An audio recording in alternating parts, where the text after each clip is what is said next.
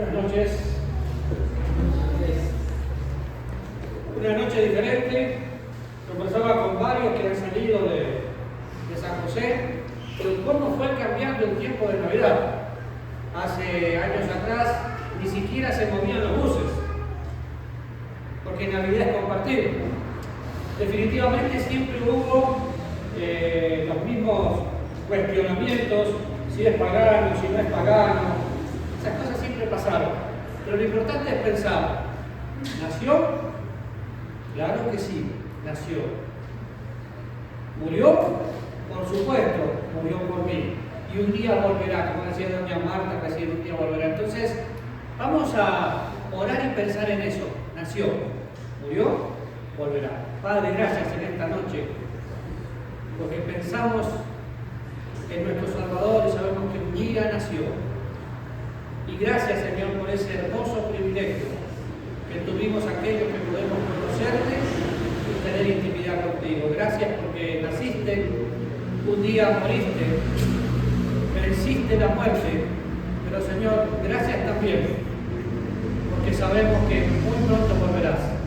Te agradecemos, Dios, en el nombre bendito de Jesús. Amén. Amén. Bien,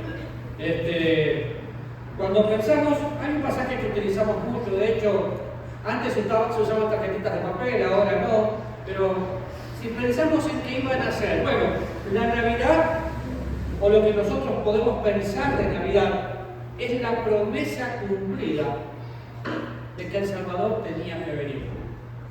Miramos la Biblia, vamos al Génesis capítulo 3 y vemos la primera mención de que un Salvador había de venir. Algo que no se entendía en ese momento porque era una profecía, pero definitivamente se cumplió. Un versículo muy utilizado, Isaías 7:14, búsquelo conmigo. Utilizado y cierto. Dice, por tanto,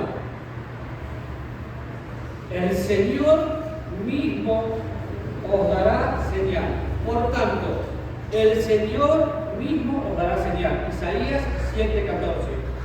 He aquí que la Virgen concebirá y dará a luz un hijo y llamará su nombre Emmanuel.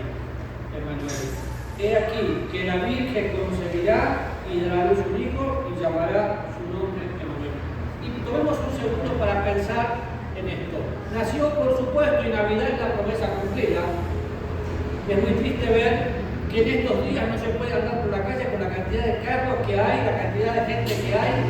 Gastan, esperan el 24 como si fuera el día de la fiesta y se olvidan que es el día para recordar a Jesús. Es muy triste porque todos los que compran en diciembre para quedar bien con personas que ni conocen, en enero ya no tienen más plata. Pero bueno, como he dicho tantos años, compren en diciembre y lloren en enero, porque se gastan todo. Ahora, qué lindo es pensar una promesa cumplida. Como les contaba antes, mañana nosotros vamos a estar con un grupo de personas que no tienen con quién pasar Navidad. Y qué bueno, porque Navidad es compartir. Y yo no sé lo que va a hacer usted mañana, pero Navidad es compartir. ¿Qué voy a compartir? Voy a compartir mi comida, voy a compartir los tiempos juntos, pero voy a compartir el Evangelio de Jesucristo. ¿Con quién? Con todo el que esté cerca mío. ¿Por qué? Porque la gente está sensible, pero si mira este pasaje, habla, he aquí, la Virgen concebirá y dará a luz un hijo. Y pensamos un poquito en la Virgen. Es interesante conversar con algunos cristianos cuando dicen, no, nosotros no creemos en la Virgen. Yo sí, la Biblia lo dice. Cuando pensamos en la Virgen María, es la mujer más santa que podemos encontrar, donde el Señor mismo vino a este mundo para poder nacer. Era una mujer admirable y no vamos a buscar todos los pasajes, porque imagínense ustedes, ella estaba desposada con José. Eso no es casada, era un compromiso para casarse. Pero estando desposada de golpe, queda embarazada. Si eso pasara hoy, no pasa nada. La aplauden y le dicen bien hecho. Pero en esa época, ¿cómo le explicaba ella a José que lo que había en su vientre era del Espíritu Santo? Baja alto, diría en Costa Rica. Ahora, el Señor la eligió. Si ustedes se acuerdan todo el relato, se acerca, el Espíritu Santo le habla, le dice que está concibiendo en su vientre, ella queda sin saber qué decir, estaba ahí pensando, pero no solo me admira María, me admira José. ¿Por qué? Porque María tiene que explicarle que había en su vientre un hijo que no era de él, pero estaba desposada con él. Sin embargo, era un hombre de integridad, aceptó la voluntad de Dios. ¡Qué matrimonio perfecto! ¿Por qué? Porque ahí iba a venir el perfecto Hijo de Dios. Entonces, ¿la Virgen concibe y da luz a un hijo? Sí. Cuando pensamos en el nacimiento, vamos a Lucas, que lo vimos el otro día, solo para recordar algunas cosas que nosotros tenemos que hacer. Porque yo no sé qué va a hacer usted mañana a la noche, y definitivamente esto no es Lucas capítulo 2, versículo 8. Yo no sé qué va a hacer usted mañana a la noche, pero cuando tenemos la posibilidad de pensar que vamos a tener al lado nuestras personas que no conocen a Jesús, esto es lo que tengo que hacer. Versículo 8 dice, había pastores en la misma región que velaban y guardaban la vigilia de noche sobre sus rebaños. Y aquí se les presentó un ángel del Señor, y la gloria del Señor los volvió de resplandor, y tuvieron gran temor, pero el ángel le dijo, no temas, porque aquí os nueva del gran gozo, que será para todo el pueblo, que os ha nacido hoy en la ciudad de David un Salvador, que es Cristo el Señor. Ha nacido un Salvador, no dijo nacerá o puede nacer, ha nacido. Cristo nació. Estaban los pastores. Si seguimos todo el relato, no había un lugar donde tenía que nacer, pero estaba en la casa de los nómades o de los beduinos. Nace en lo más humilde, siendo rico, se hizo pobre por amor a nosotros. Ahora no estaba solo, estaban sus padres, estaba el niño Jesús, los vuelven pañales, había una señal, y vienen reyes, astrólogos, de diferentes, o astrónomos, no estoy seguro, astrónomos creo que se dice, de diferentes lugares, que nosotros llamamos los Reyes Magos. Y lo adoran. Claro que sí.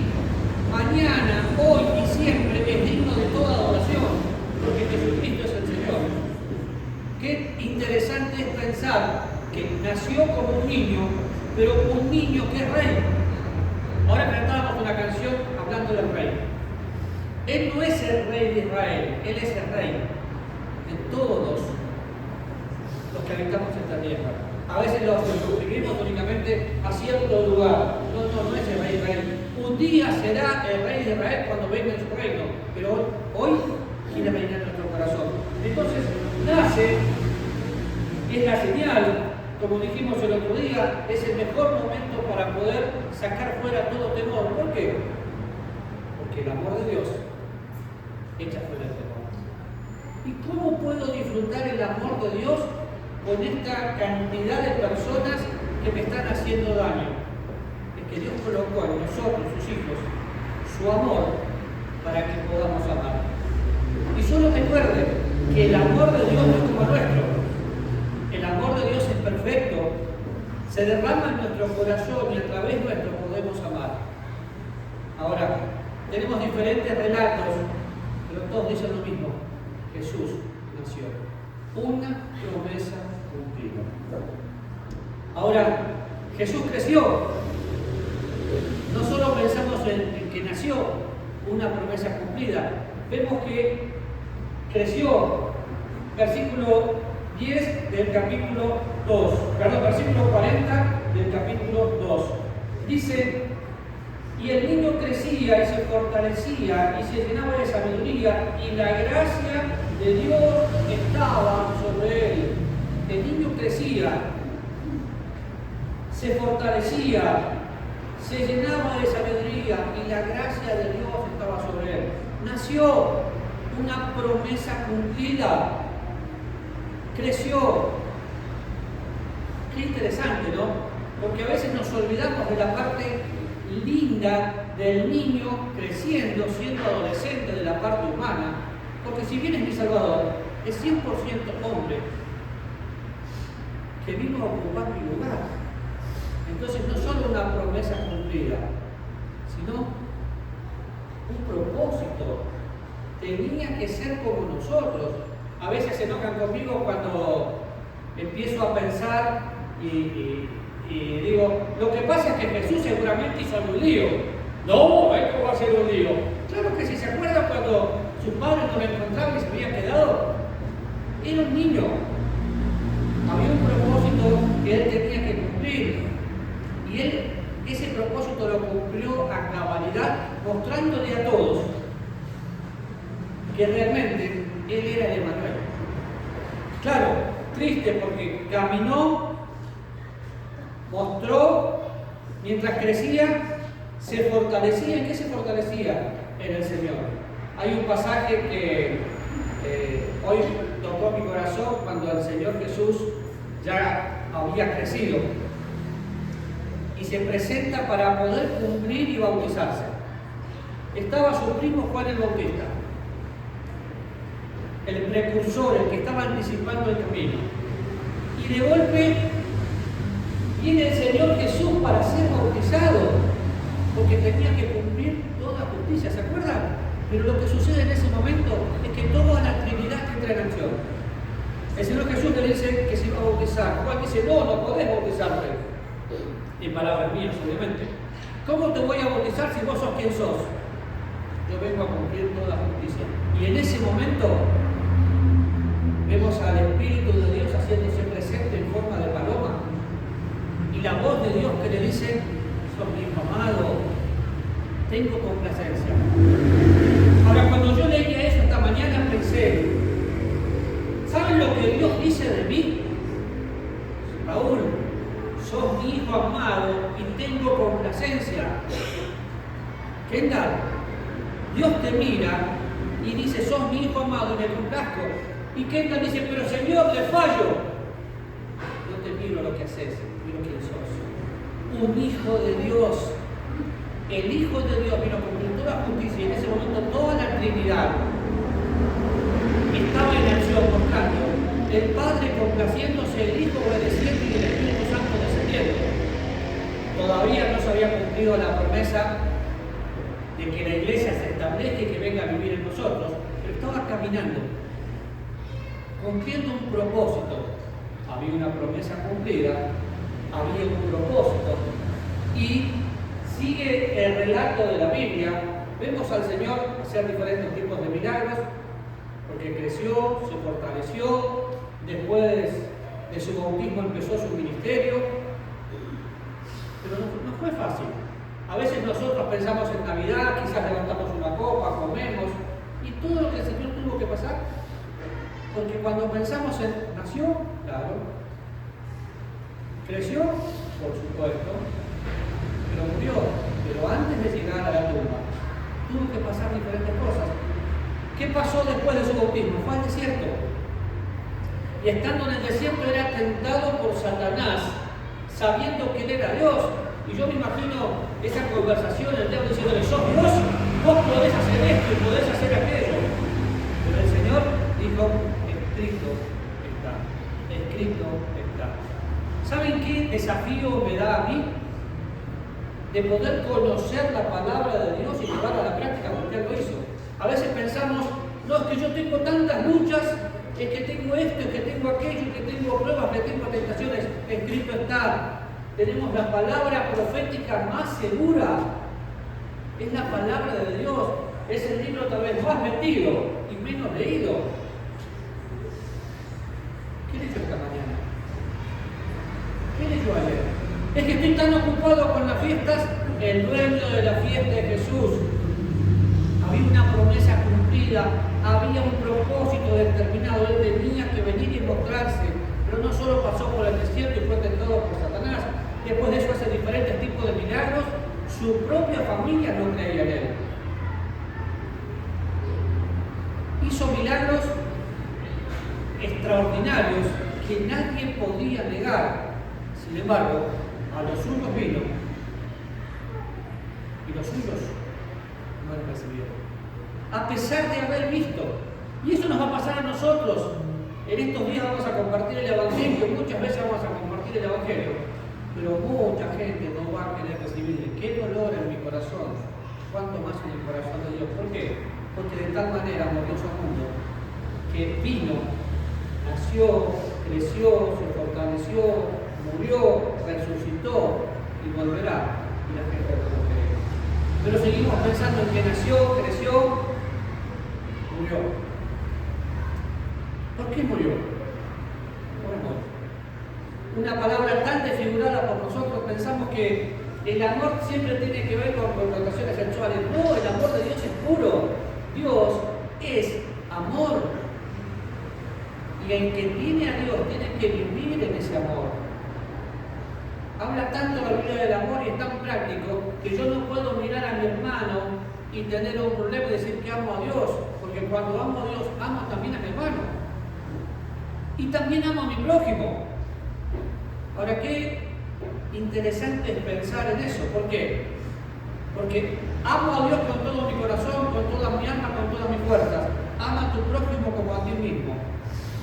Pero el Señor Jesús nos da un mandamiento: que yo ame como Él me amó, para que el mundo pueda ver que es real. No tendría que haber nunca divisiones en una iglesia, no tendría que haber nunca enemistades, pero el amor de Dios es real. Y esa realidad es la que tenemos que compartir, y cuando la gente vea ese amor, va a poder decir: esta persona es diferente. Claro, porque nació, creció, murió. Si usted mira la Biblia y piensa en la muerte de Jesús, voy a citar algunas cosas nada más que sucedieron. Cuando pensamos en la muerte, hay muchos acontecimientos interesantes. En primer lugar, pasó por los juicios más injustos. Siendo inocente fue juzgado. No había opción. Tenía que pasar por todo eso. Pero mientras era maltratado, mientras era negado por sus propios amigos, caminaba a la cruz y lo sostenía una sola cosa: el amor que tenía por usted y por mí.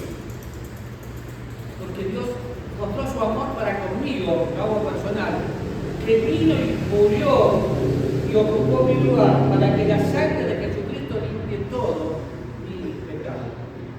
Isaías dice que fuimos revestidos de su justicia. Claro que sí, porque fuimos declarados justos, por eso Él tuvo que morir. La Biblia enseña que Dios muere por mi transgresión y resucita para mi justificación.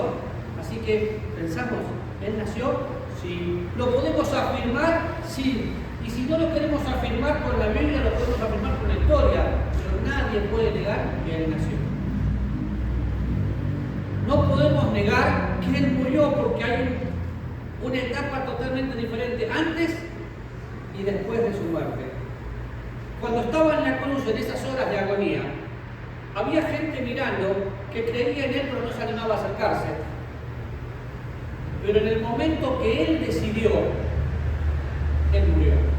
Así como pensamos en su nacimiento y fue en el tiempo de Dios, porque la Biblia dice que cuando Dios quiso, cumplió su tiempo y su Hijo vino, nacido de mujer, nacido bajo la ley. Cuando pienso en la muerte, Él no murió porque le clavaron una espada, una lanza. Él no murió porque lo crucificaron. Él murió porque entregó su vida. ¡Qué bueno! Él puso su vida y la volvió a tomar. Pero en ese momento, antes de decir consumado es, Él era totalmente consciente que a pesar de la prueba, se cumplió un propósito que era mi salvación, su salvación. Nosotros no estábamos hace 2000 años, pero esa sangre de Jesús derramada en la cruz todavía está vigente, porque la sangre de Cristo jamás perderá su poder. Es una canción y es una realidad. La sangre de Cristo jamás perderá su poder. Pero estaba en la cruz la gente mirando. Pienso en el soldado que estaba abajo, ese centurión que después lo vemos compartiendo el Evangelio. Pienso en los ladrones que estaban al lado muriendo con él. Uno blasfemó contra el Señor, el otro dijo: Señor, Señor, acuérdate de mí. Claro que se acordó, pero murió. Esa muerte voluntaria hizo que el cielo cambie de color, pero la parte más linda para mí hizo que el velo se baje de arriba a abajo y hoy yo pueda tener entrada por su muerte y por su gracia al lugar santísimo.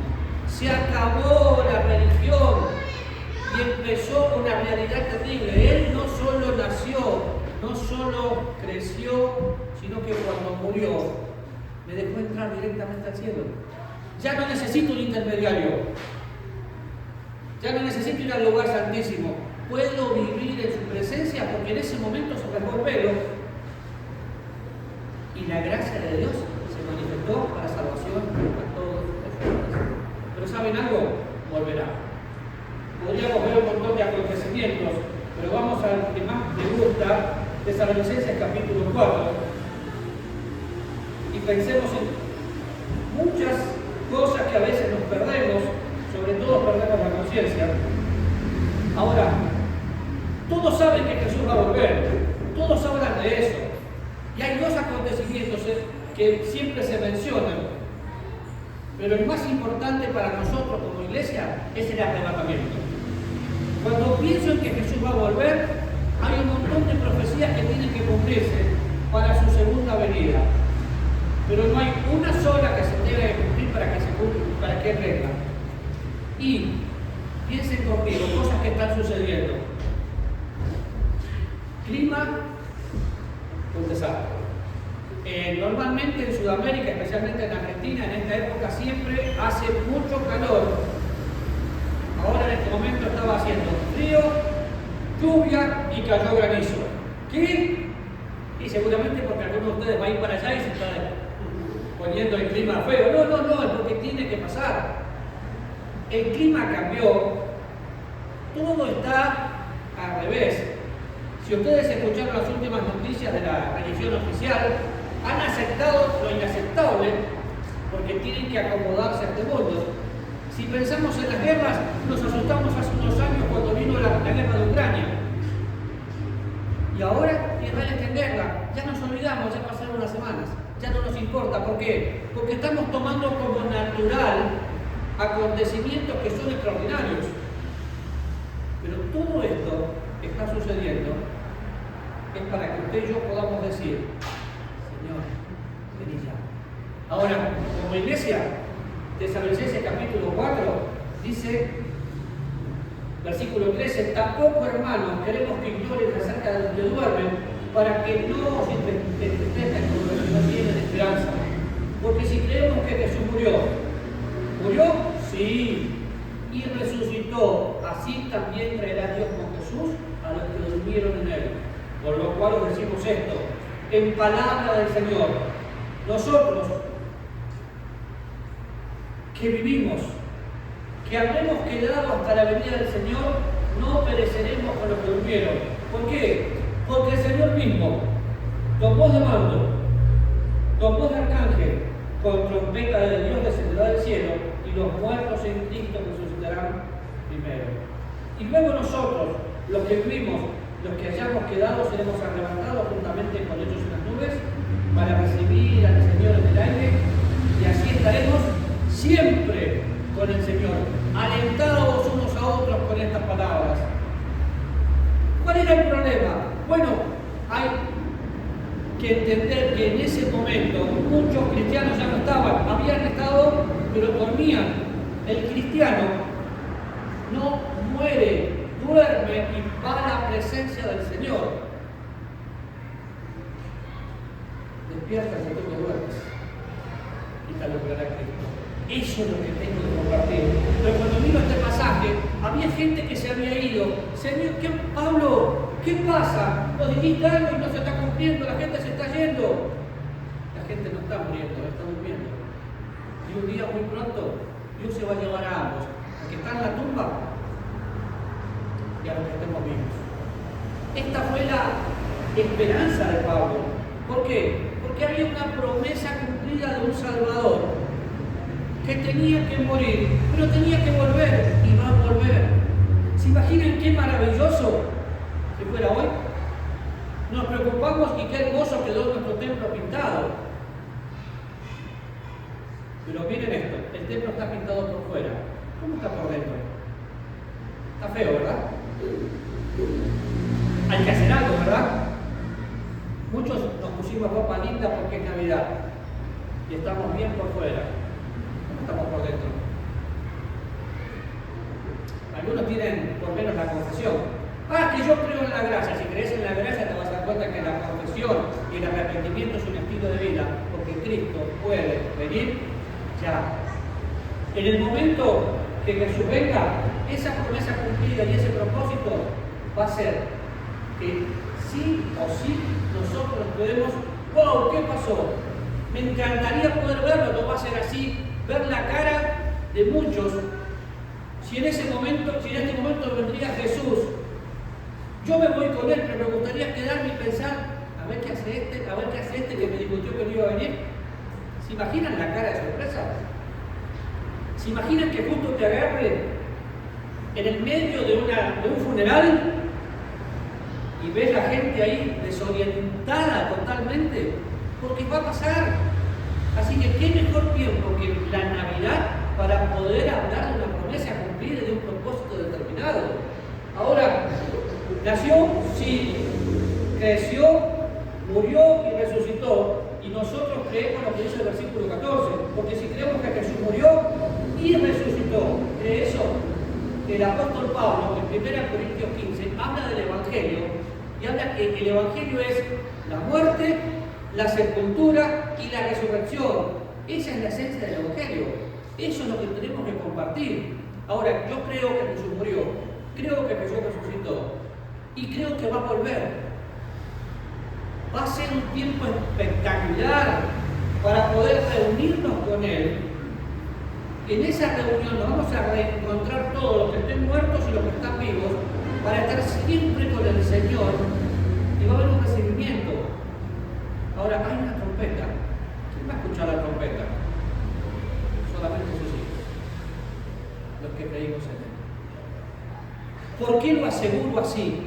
Porque nadie puede escuchar la voz de Dios si no me conoce. Mis ovejas oyen mi voz y me siguen. El que está al lado mío, si no conoce a Cristo, no va a escuchar la trompeta y por consecuencia se va a quedar. Ahora, ¿se da cuenta de algo?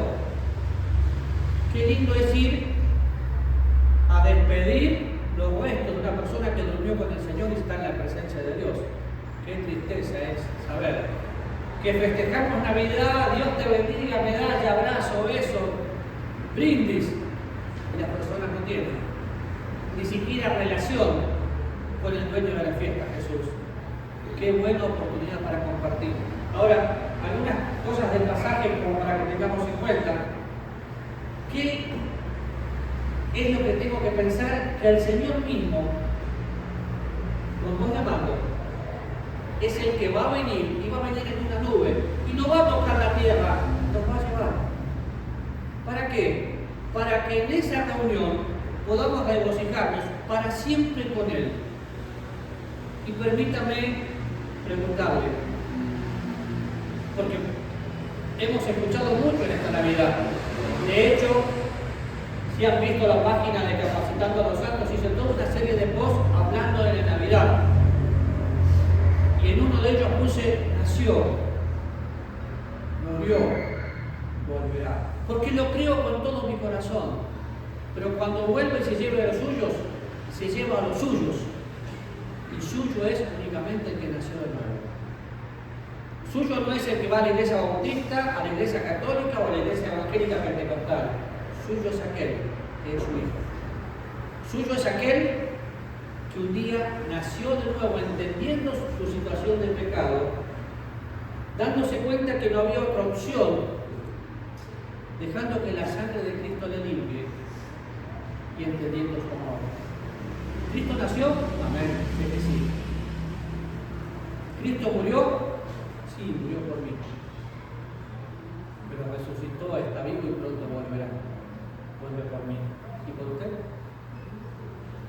bueno, es un momento para pensar. ¿Qué haría si en este momento viene Jesús? ¿Dónde pasaría su eternidad? ¿O dónde pasaría la Navidad?